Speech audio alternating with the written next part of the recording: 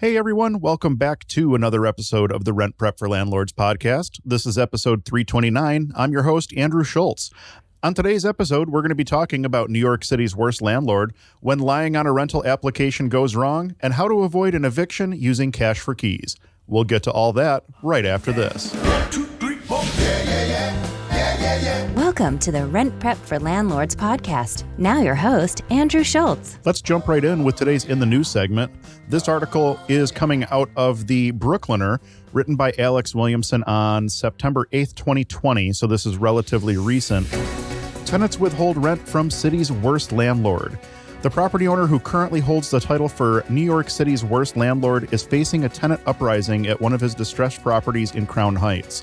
Neighbors at 1616 President Street have banded together on a rent strike, refusing to make monthly payments to owner Jason Korn until he makes vital repairs to their building. During a demonstration outside of 1616 President Street on August 25th, Angela Robinson, who has lived in the building for 18 years, took the megaphone to share her story. "The ceiling fell down on me from the bathroom. I had to have surgery on my knee," said Robinson, adding that once she went 8 months without a kitchen sink. "My other neighbors were in here. We've all suffered different tragedies inside this building, and we are fed up." Korn was named the city's worst individual landlord last year by public advocate Jumaine Williams, I think I'm pronouncing that right, whose office publishes an annual list meant to shame the city's most notorious alleged slumlords into providing better living conditions for their tenants. The only landlord in the city ranked worse than Korn last year was the New York City Housing Authority.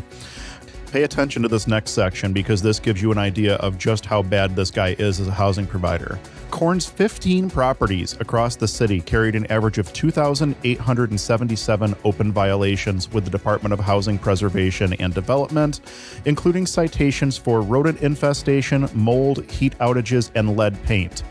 Jillian Eggard said she has encountered each of those hazards since moving into 1616 President Street in 1995. Temperatures inside her apartment are often frigid in the winter, despite frequent calls to 311. Leaky pipes have led to a proliferation of black mold in her bathroom, which she says the management company, Lilmore Management, has attempted to address by sending workers to repaint the walls several times per year.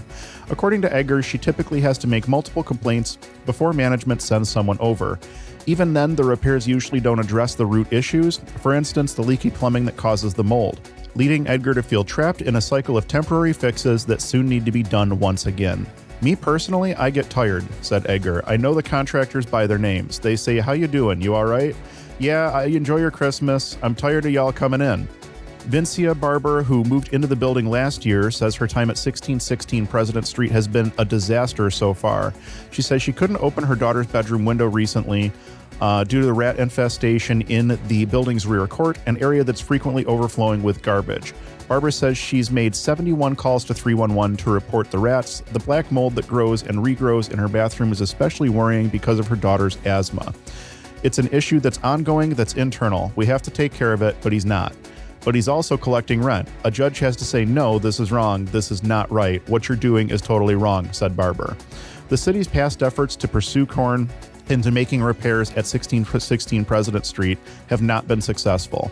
In 2018, the building was placed in the city's underlying conditions program, which selects properties with a high number of mold or leak violations for stepped-up enforcement from Housing Preservation and Development. Only 50 buildings citywide are selected for this program each year. Landlords who fail to make the needed repairs can have their buildings placed into the HPD's Alternative Enforcement Program, which is exactly what happened to 1616 President in 2019.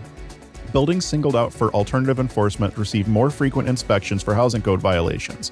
If landlords don't make the corrections within 4 months, the city can perform emergency repairs, then bill the owner. Between 200 and 250 buildings across the 5 boroughs are placed into the program each year. While 1616 President was discharged from alternative enforcement in 2019, indicating that all immediately hazardous violations and 80% of the violations related to mold had been corrected, the building still has 62 open violations with HPD for issues including mold, roaches, mice, unsafe wiring, defective front doors, and lead paint. Public shaming also hasn't proven effective. Korn was ranked 9th on the worst landlords list in 2018, then jumped to the top of the list the following year as his properties continued to rack up violations. Tenants are hoping that the rent strike will succeed where other measures have failed. Barber helped to form the building's tenant association in February and became one of its leaders. When the coronavirus crisis hit, tenants started working with organizers at HOPE, a neighborhood tenant union, and on May 1st sent a letter announcing their rent strike to Korn, joining dozens of other buildings across the state withholding rent during the pandemic. The rent strike officially began May 1, but several units at 1616 President Street had already stopped paying rent by that time out of necessity. 17 units in the 24-unit building have officially signed on to the rent strike. Of the remaining units, at least one is vacant, and others are unable to pay rent, although not officially participating, according to a HOPE spokesperson. While others across New York are striking to protest the injustice of paying rent during an economic and health crisis, the tenants at 1616 President are attempting to use their collective power to leverage repairs. Although Barber, who lost her job as a nanny in March when her employers moved away, say the first reason applies as well. It's a decision that a lot of families are making in this country as we speak. Are they going to eat, have a meal today, or are they going to have shelter? They shouldn't be worried about that in a pandemic. Ricky, a spokesperson for Lilmore Management, who did not wish to provide her last name, said the company has not been able to make repairs at 1616 President since the pandemic began because tenants have not allowed workers into their units. When asked why the list of HPD violations stretches back several years before the onset of the pandemic or the rent strike, she reiterated that even then the problem lied with tenants denying workers access to their apartments. It's a beautiful building and we're committed to doing the repairs for the tenants, she said. Barber confirmed that the management company has been calling tenants and offering repairs in exchange for rent. Management's harassing people for their rent. They've been calling, but we have a form of saying to the management, we are in a tenant association, we make our decisions collectively. Barber said management has not yet acknowledged the tenant association or the demands laid out in the rent strike letter, which would include common area cleaning, fixing the front door, giving tenants access to security cameras, and generally ceasing the pattern of incomplete, shoddy repairs which inevitably cause tenants to make repeated calls for the same issue. Korn could not be reached for comment. The President Street renters have started meeting with tenants at another Korn-owned building nearby at 776 Crown Street, which currently has 102 open HPD violations for issues like mold, bed bugs, mice, and roaches. They've hosted the Crown Street tenants at their weekly meetings and are encouraging them to join the strike and boost their collective bargaining power. After 25 years at 1616 President Street and countless calls to 311 to report violations and to the management company for repairs, Edgar hopes that the rent strike will be the strategy that finally improves living conditions for herself and her neighbors. This man is getting his money. He's able to thrive in life. But we should live in an inhumane situation because of who we are? He thinks we're nobody, she said. But we're the people that keep money in your pocket. We deserve some type of respect.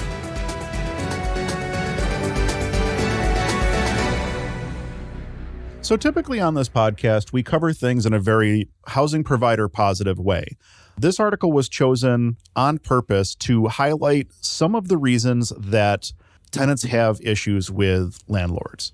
If you're this kind of housing provider, or if you're going to be this kind of housing provider, do everyone in this industry a huge favor and get out of the business. You look at a situation like this where you have willful neglect to a building for extensive periods of time. This is not a short duration type of a situation where, there was a broken pipe and it caused a whole bunch of damage. This is years and years and years of willful neglect to this building by the property owner, in my opinion. You now have tenants on a rent strike because of the conditions in their building, and I don't particularly blame them because you have failed to do your job as a housing provider. One of the key things that we're supposed to be doing as housing providers is offering safe and secure housing to the tenants that we house. And if you're not able to do that, you need to get out of the business. It's as simple as that. There are often financial reasons that repairs don't get made and things like that, but this is a long-term situation. It doesn't really appear to be getting any better, at least from the article that we're reading here. I honestly think that this is a situation where this building owner needs to find someone else to buy the building from them and just exit this industry because they're not doing anything to improve the industry, at least as near as I can tell. And they're certainly not doing anything to improve their building. So I really just don't understand why you would continue to remain in the industry if you have no interest in helping to push the industry forward. So that's my soapbox for this week. A little bit different than how we typically cover in the news article. I hope that you guys understand the perspective of where we're coming from on this. I hope it's an eye-opener that while most housing providers are not this type of individual, and I think that that's very evident, I think that most housing providers out there are not just in it for the quick buck. I think most housing providers out there are in it for the long term, and they are in it, and they do want to provide safe and secure housing to their tenants. But you do get people like this who bring the entire industry down, and honestly, it has to stop. Feet on the Street. Real stories from real property managers. This week's Feet on the Street comes to us from the Rent Prep for Landlords Facebook group. You can find that free resource over at facebook.com/groups/rentprep.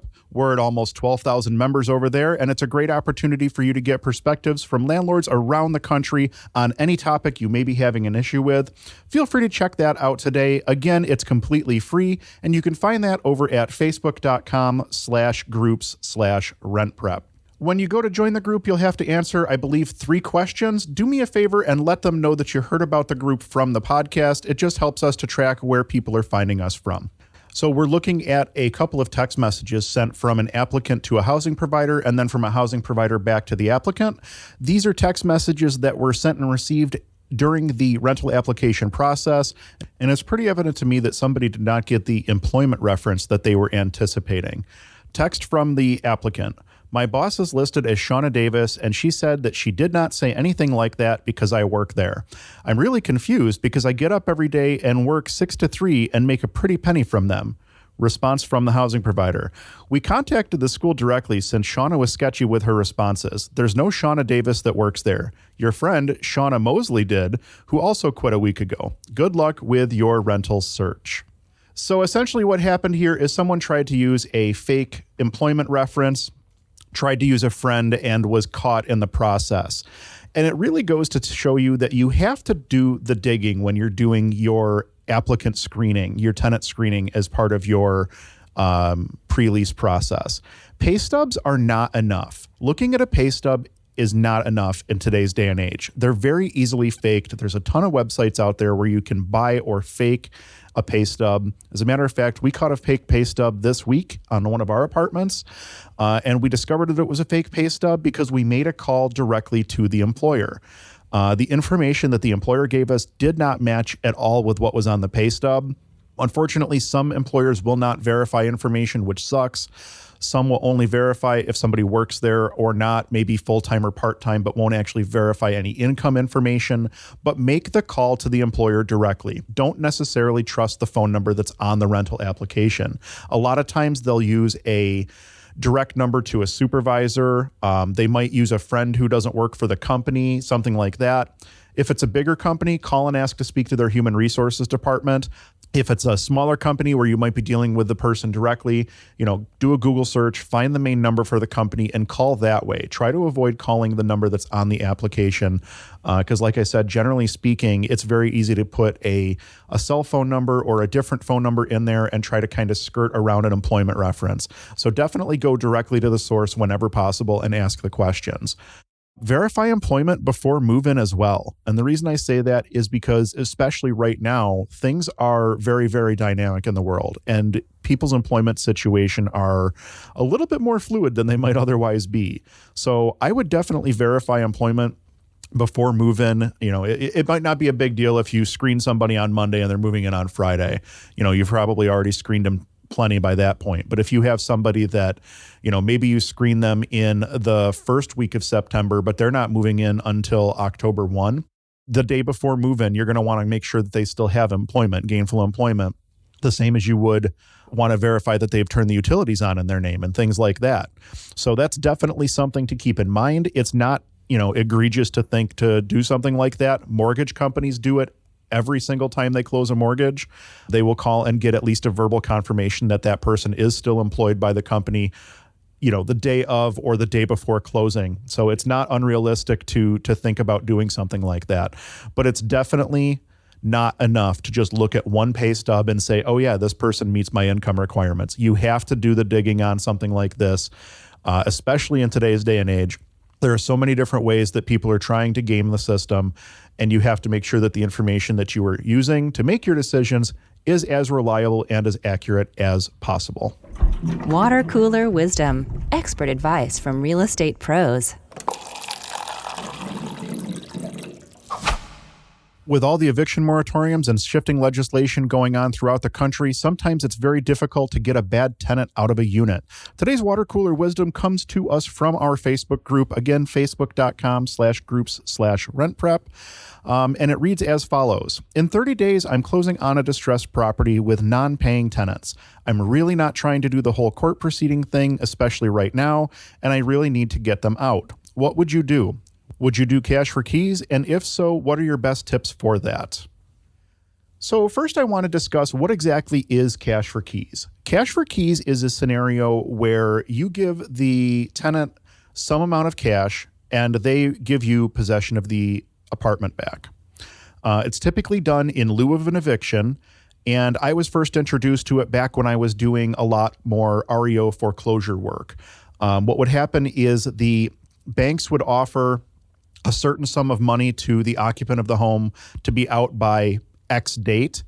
And assuming that they were out of the property and took all of their stuff out and left it in a broom clean condition, we were authorized to pay them out up to, X amount of dollars for turning the property over, as long as they signed the cash for keys agreement, conveying possession of the property back to, in that instance, the bank.